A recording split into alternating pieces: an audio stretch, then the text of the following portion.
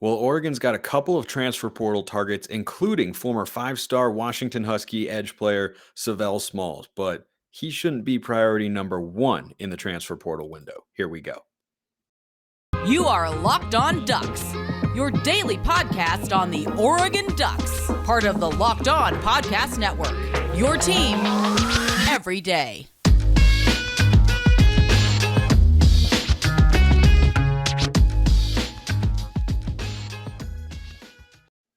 Yes, it is that time once again for Locked On Ducks. I'm your host, Spencer McLaughlin. Thank you so much for making this your first listen or your first view of the day if you're watching on YouTube. Part of the Locked On Podcast Network, your team every day, and your number one source to stay up to date with the Ducks. If you haven't already, like, comment, subscribe, please, and thank you wherever you listen to or watch this show.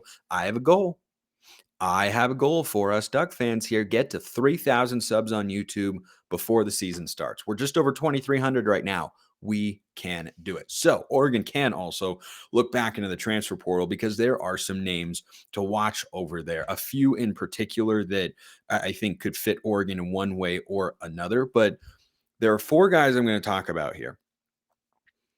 And I think fans generally would have one guy as the most highly prioritized target. I don't agree that it would be Savell Smalls, though I'd be interested. I would certainly be interested in Savell Smalls. So he's a guy who enters the transfer portal after a few seasons at Washington.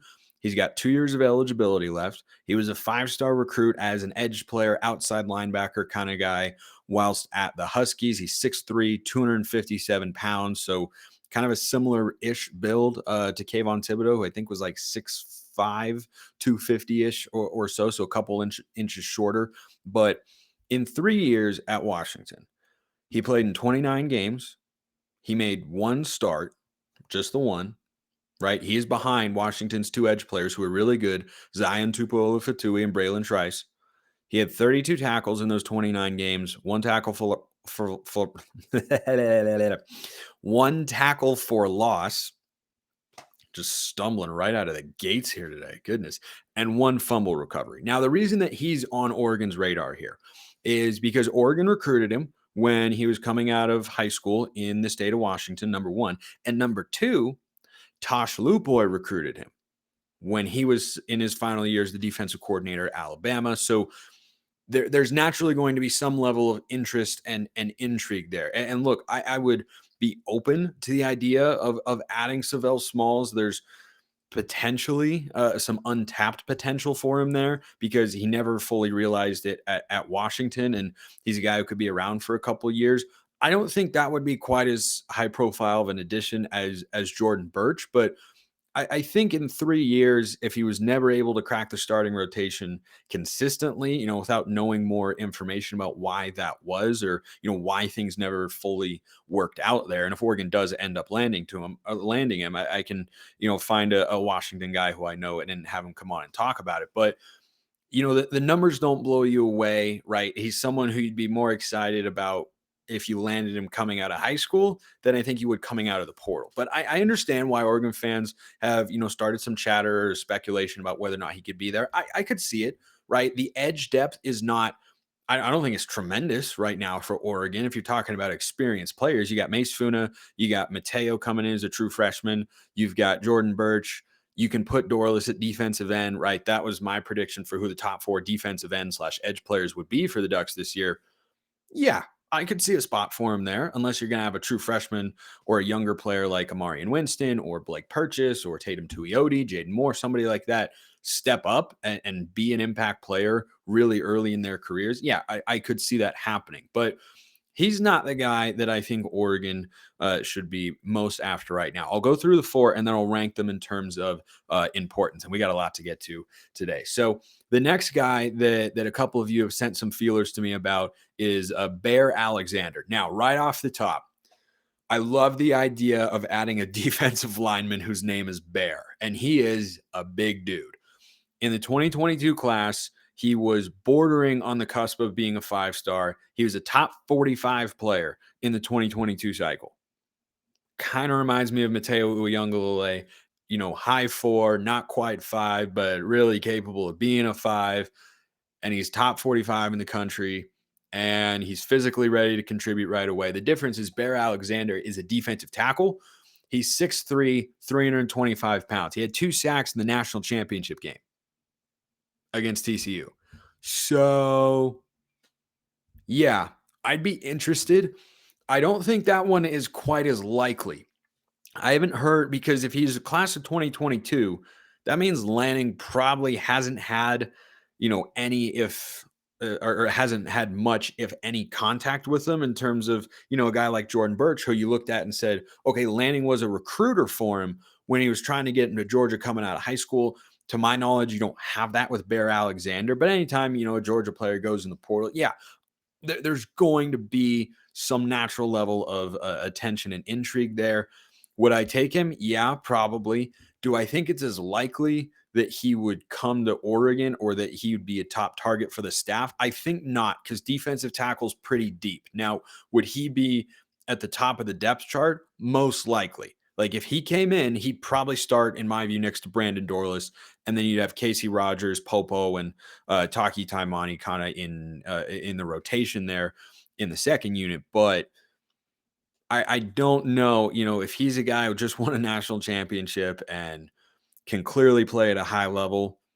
Don't know if he wants to go into a crowded room, but maybe. I mean, I'd be open to it, but I don't think that's, a huge position of need right now, given the depth and talent that's in the room. 2 other guys to watch for. There's Emmanuel Pregnon from Wyoming. He's an offensive guard. Again, I don't see a huge glaring need, right? I see a bigger need, frankly, at tackle, but I don't even see that much of a need there. Like, you have guys who are ready to make the jump. You have guys who have got experience. I look at, the guard center guard rotation, and if it's JPJ at center, Stephen Jones, Marcus Harper, Junior Angelau, like that's 4 guys in the mix there. Then you have Connerly at a tackle, Cornelius at a tackle, George Silva at transfer, Feope Lalaulu, who played some tackle last year for the Ducks.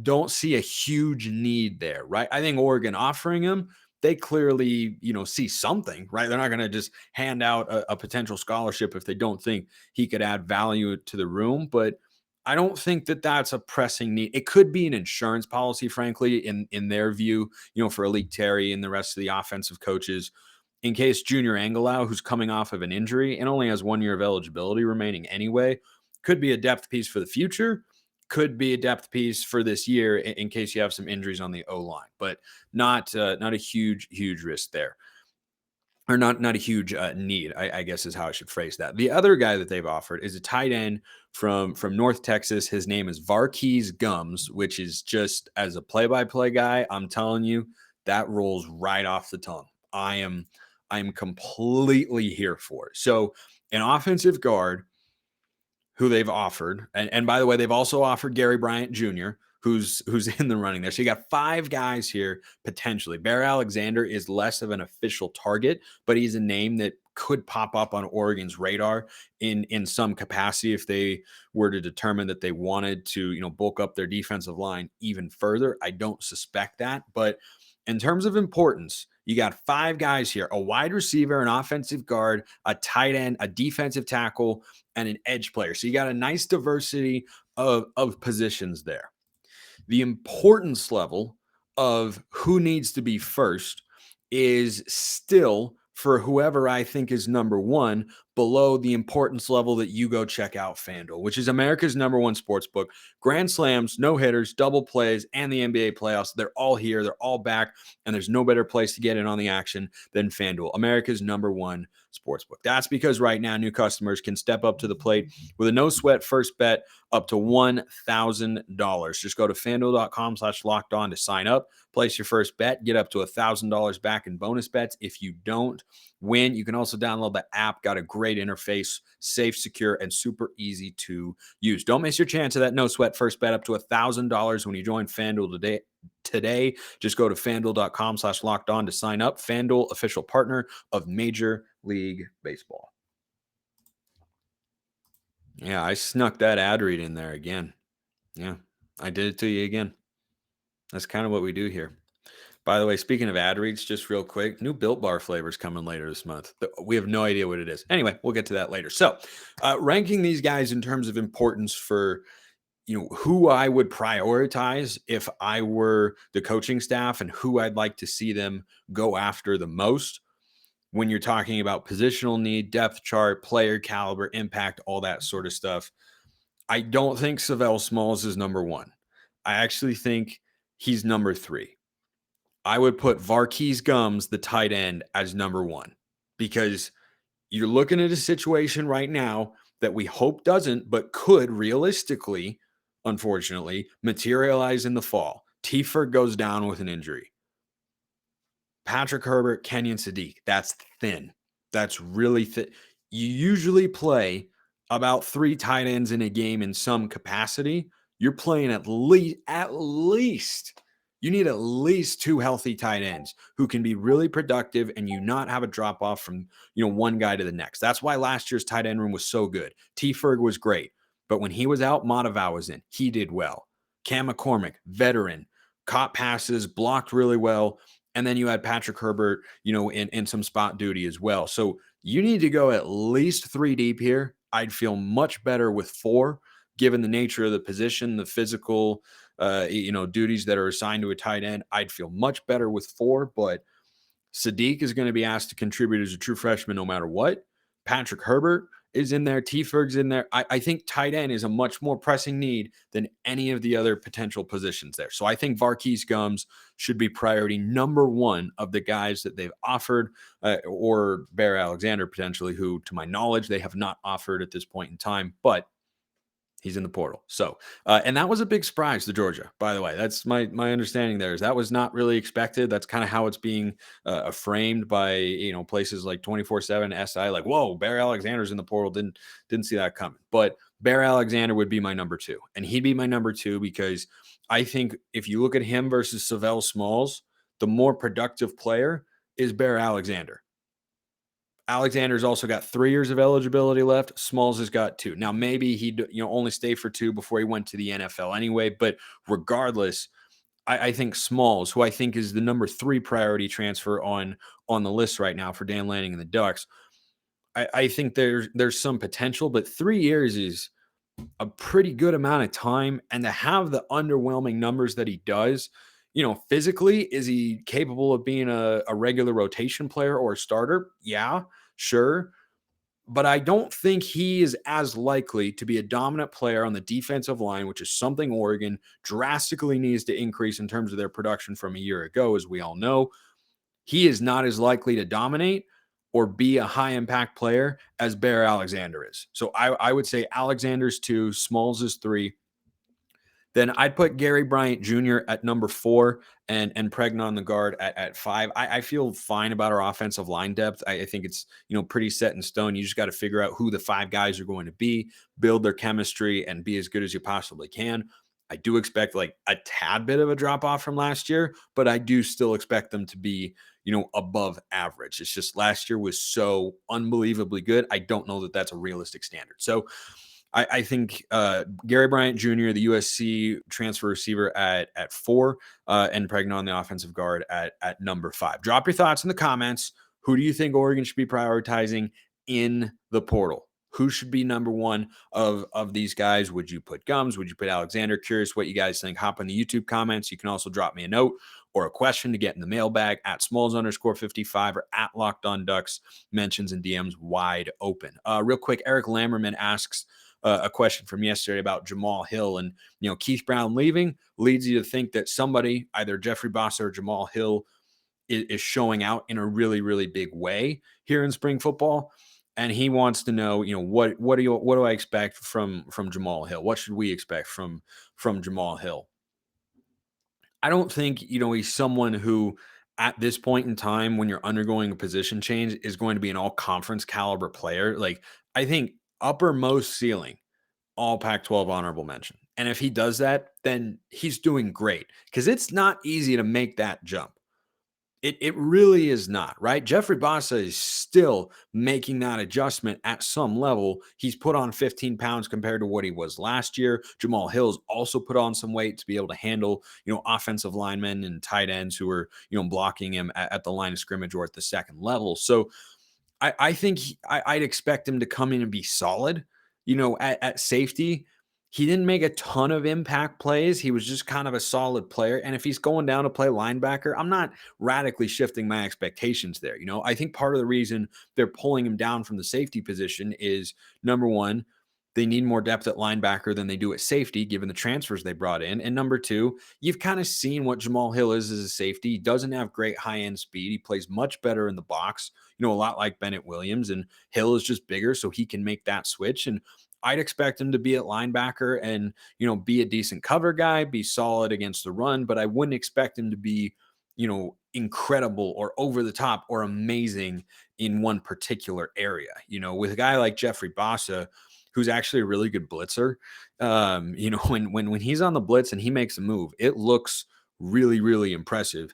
Now, he needs to get better in coverage and understanding the defense. And then he also needs to, which he has, get bigger and be more stout against the run. Too many times last year, an offensive lineman or a running back was knocking him backwards. Like, that's where he needs to improve. But I expect Jamal Hill to be solid in coverage, to be solid against the run, solid as a blitzer, not below average in anything, but not spectacular in anything as well. Because, he's played a good amount of football. We kind of know what he is, right? He's a solid player. Like, I think he's a guy who his recruiting rating from 24/7 Sports has fit the bill pretty perfectly. Like, he was a solidly rated 3-star recruit. Not going to do anything special, but he can be a Power 5 starter.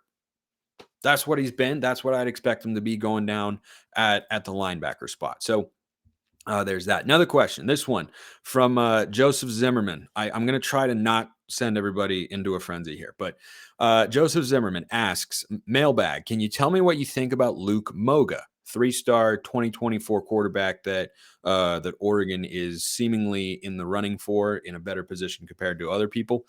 I know this can get a little exhausting trying to do comps. Not at all. I'll sit here and do comps all day long if you want me to.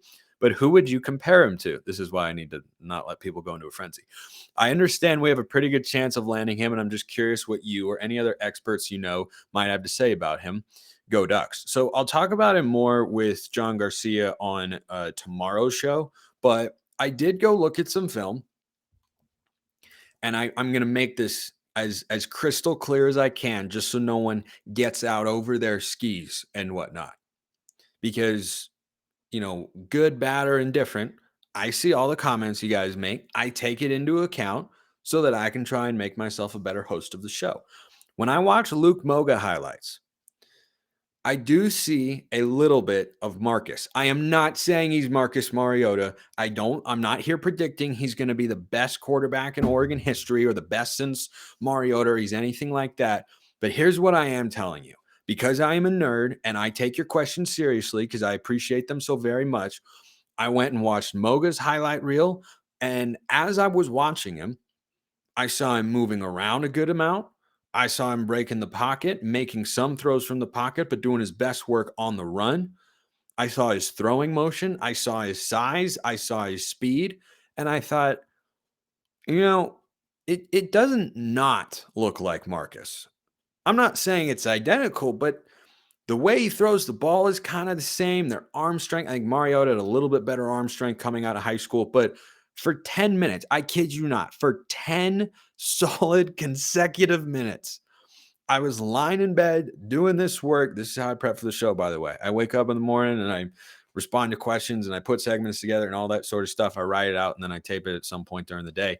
But just if you're curious, most of you were probably not. Anyway, I was watching this stuff for 10 minutes in a row, and I just kept going back and forth. Mariota high school highlights, Luke Moga high school highlights. And they looked very similar. They made a lot of similar plays. Like, they on their highlight reel had a lot of plays throwing to guys down the field on the run outside the pocket. There is a moment when he accelerates through the defense and he just it looks like they're going to converge on him and he just splits the seam because he's got that sort of speed. So I think Mariota's arm was a little bit stronger, but they throw it kind of similar. They look kind of similar, make the same sorts of plays. And I was trying to think of a comp, but I didn't really see one. One did not pop into my head that wasn't Marcus. Now there are a million other intangibles that Mariota had and things going for him that led him to be the best player in the history of the program. And Moga, if he were to come to Oregon, could have a lot of chances to succeed. But that there's still a lot of steps away from, or he's still a lot of steps away from being at Mariota's level or being a high level all conference caliber quarterback one day. But by the way, we look back at Mariota now and think, oh my gosh, he was so amazing. He was a 3-star recruit coming out of St. Louis High School in Hawaii. He was not a super heavily recruited guy. And Luke Moga is not a super heavily recruited guy. So I just see a couple similarities there. If you want to describe it as, a semi-poor man's Marcus, okay, you call it whatever you want. But I look on tape and I see, sufficient arm strength, but can improve.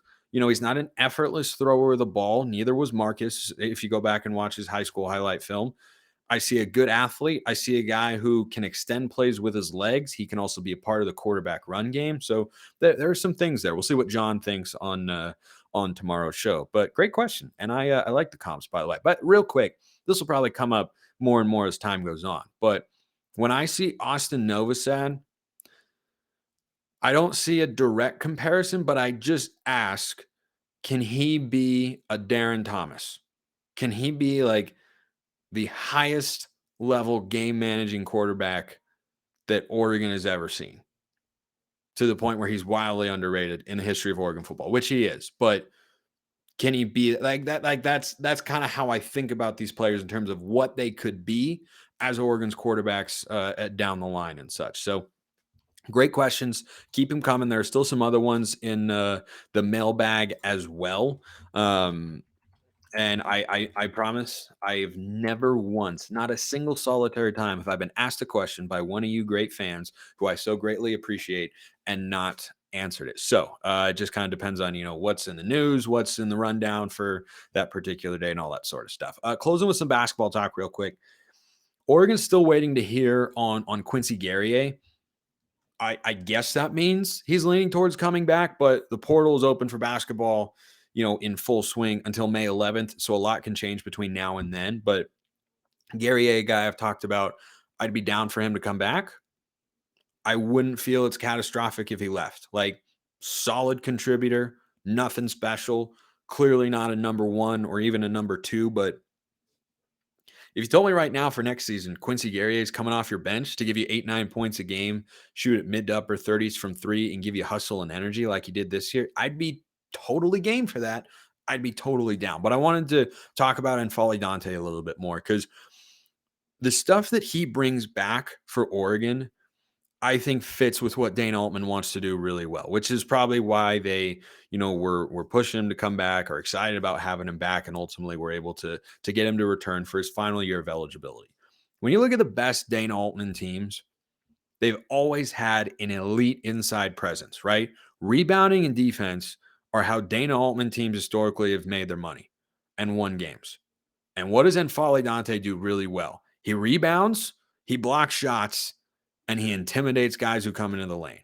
So when I look at Dante and say, okay, there's your starting center for next year, and Nate Biddle's coming off the bench, and I now know what Nate Biddle can do if, and probably, unfortunately, when N'Faly Dante gets hurt at some point in time, just given his history, and has to miss a game or two here and there, I can feel really good about what Oregon has offensively, Nate Biddle, and defensively. And look, I love the idea of playing both of them together. If Biddle becomes a reliable three-point shooter, put Nate Biddle and N'Faly Dante on the court, and put Dante down on the baseline, have Biddle be, kind of the pick and pop big on the perimeter. Like, I'm down with all that. But I very much like, and I think it's just, when you look at the best college basketball teams, look at UConn this year, won the national championship. What did they have? They had, I forget his first name, but Sonogo, the big dude in the middle. I looked at him and I saw N'Faly Dante. He's not shooting jumpers, right? NBA prospects aside, and what he could do at the professional level, we're concerned about what he can do in the here and now for Oregon's college basketball team. So I look at Sonogo and I look at, I do play-by-play in the Western Athletic Conference for Southern Utah University. Their defensive player of the year on who was the best team in the regular season champions, Utah Valley, Aziz Bandago. He wasn't shooting anything outside of a 5-foot area. Like, you can have one guy who can do that in college basketball. In the NBA, no, you have to be able to hit a 15 to 20 footer consistently. But this is college basketball. You can have that sort of guy, and having that sort of presence because of the caliber of players you're going up against, which can vary from team to team, but also because you're going up against kids. You get in kids' heads when you have a player like N'Faly Dante in the middle. When you have a shot blocker like that who roams, I mean, his presence, and Khalil Ware was this, and Nate Biddle really started to develop that element of his game as the season went on. When you have a guy like that, it's invaluable to a coach who prides his teams and himself as a coach on defense to be able to have that reliable presence. Like, what N'Faly Dante brings to the table. Everything else, a lot of questions. What can Kuznar do for a full season? I'm optimistic about certain things, but haven't seen it yet. Is Keyshawn Bartholomew going to shoot like that for an entire season, or was it just a hot, 4 or 5 week stretch in conference play? I think against Pac-12 opponents, he was like 41% from beyond the arc. And Mookie Cook and KJ Evans coming in. What are they going to bring? I don't know. Jadrian Tracy, is he a big part of the rotation? I don't know. I don't think Dana Altman knows. But he knows what he has in Nate Biddle, and he knows what he has in N'Faly Dante. And that's a guy who I think can have a high-level impact. We saw it this year, first team all Pac-12. I'm excited he's back. I will repeat this over and over again, though, until everyone knows what I think about N'Faly Dante. I'm glad he's back. Outstanding rebounder, great shot blocker, big presence, physical, energy. He brings so much to the table. I don't want the offense to run through him. I want him to be a part of it, but I don't want it to run through him. Look at UConn, right? That's the model. Sonogo got touches. The offense didn't run through him. Oregon, I think, tried to run the offense a bit too much through N'Faly Dante. So if they can make those sorts of adjustments, having Dante there could be a great, great thing for the Ducks next season. Pack show today. Gosh, that was good. We're just rolling, absolutely rolling. Plenty more to get to this week. John Garcia tomorrow. All you everydayers out there will hear him, and hopefully more of you will as well. Talking Cruton, of course. Appreciate everyone listening. Have a wonderful rest of your day, and go Ducks.